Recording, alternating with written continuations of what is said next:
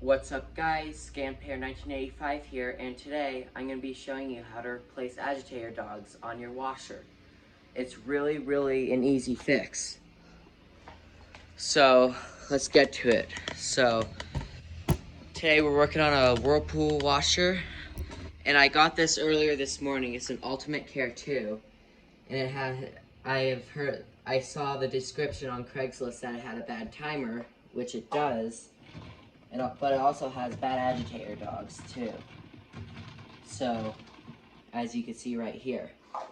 So, first of all, we need to see if we actually have bad agitator dogs. Well, obviously I know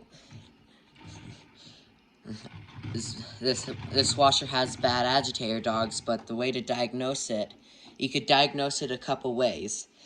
So as of right now, this bottom part of the agitator is free to move, which actually does agitation.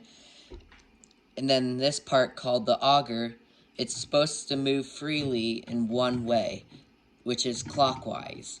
But if you turn it counterclockwise while the bottom part's still loose like this, when you turn it counterclockwise, it's supposed to grab on and turn that bottom with it, counterclockwise.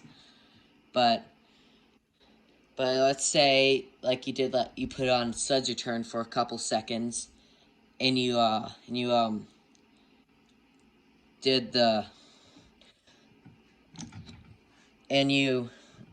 which means this bottom part is locked into place, so you can't move it at all. So which means if you try to turn it counterclockwise, in that case it won't turn at all. But if you could do, obviously clockwise you could turn it, but counterclockwise while it's in agitation mode and the bottom part of the agitator is locked into place, you can't turn this at all. But if you could turn it like this, that means the agitator dogs are bad and you'll need to replace them. So let's start. So in order to replace agitator dogs, you'll have to go inside the agitator. There's a few different types. So let's first remove this dispenser. Just pull it out like that. If it has a cap, you could stick a screwdriver through the slot, but I wouldn't waste my time doing that. I could just easily pull off the cap, and if it has the other type of dispenser that's more that has a bigger hole in the middle that does not have these spokes like this one has, just grab that and pull it right off. And then depending on your model, if it's a Whirlpool, you'll have this dust cap. If it's a Kenmore version, you won't have a dust cap. And if it's a Kenmore version, there's a dispenser with a lock ring. You'll have to get the lock ring, pull up the lock ring, and remove the dispenser, which reveals the cap. And you'll have to pry that cap off with a screwdriver because it's just nothing but flat. But if you have one of those newer style dispensers that's really tall and does not have the spokes in the middle or a lock ring, people always mess up and put screwdrivers through the tabs, but that's not correct. You have to hold the auger, turn the whole thing clockwise, and then pull up. And that's how we remove those dispensers. But otherwise, since we're working on a Whirlpool type agitator, there's this cap. See that cap in there? Just pull it right out. And this one was easy, other ones will be a bit harder. And then there's a 7/16 bolt in there, and you'll have to unscrew that. So you could use a long enough extension with a 7/16 socket and a ratchet, but in my case, I have my drill with me, which means I'm gonna unscrew it like this. You may need to hold the bottom like that. Hold the bottom fin before we remove it. Then you remove the whole agitator. Alright, after that, if the whole agitator comes out like this, what you do is set the bottom part of the agitator, step on it, and there we go. That was a bit of a tight one.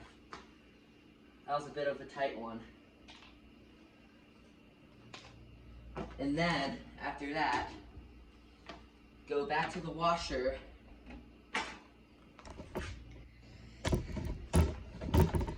and close the lid.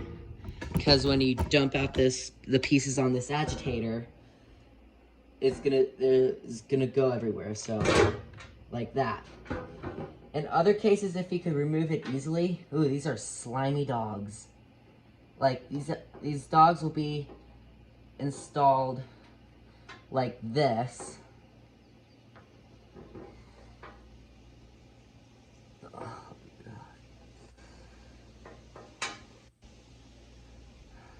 Like, if it's installed like this, and it has one of these lock rings, and it's in like this, and you have it like this, you just pull the lock ring off, remove the dogs one by one. And the problem with these dogs, this tooth, not these two teeth right here, but this one on the end, it's really worn, as you could see. It's really, really worn. So, before we install the new agitator dogs, you have to prepare them. You have to prepare them, and if they're in the bag, just open up the bag, but in my case, I just found some laying around, and simply just install the new dogs one by one, and see how it's like a see how it's not flat right here and how it's flat. So this is the flat side, and this is not the flat side. The flat side goes down, and it goes like this, not like this. If it's like this, it's incorrect. So you have to flip it around like this, and then you're good to go. And then you get your lock ring, or depending on your model, if your model has a lock ring, just get it and slide it on. Easy as that. Get the old agitator dogs out of the way. Get the bolt. If your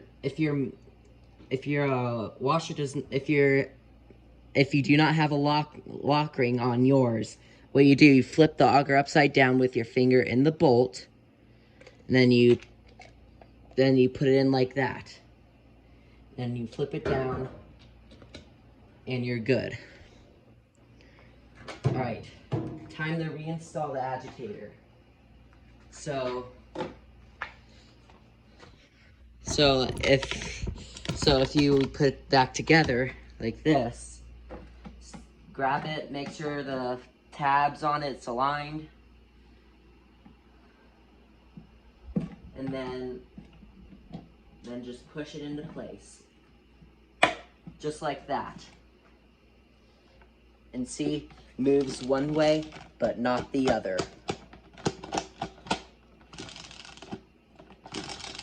Now this is a healthy agitator.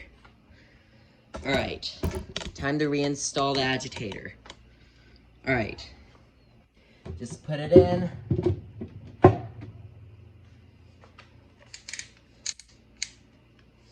And then with your socket and everything, in my case I have a drill, just screw the bolt back in.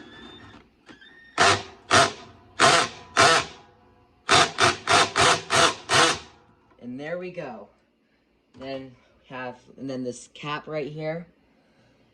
There's 3 holes, one here, one here, one here, and one here. But what you want to do, since it's 3 holes, put these so it's not covering any of the holes. Just like that. And then, if you have a cap or one of the fabric softening dispensers, just put it back on like this. And there you go. That's how you fix your agitator. Now let's see if there's a suds return on this thing.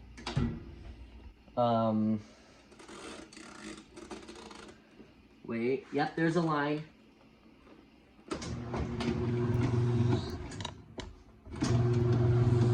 And there we go. And that's how it's supposed to act. If it's not, it will be barely moving at all. And that's how we fix agitator dogs on your washer. And now this top part, the auger can screw the clothes down to that and get washed. So that's how it is. It's really, really easy.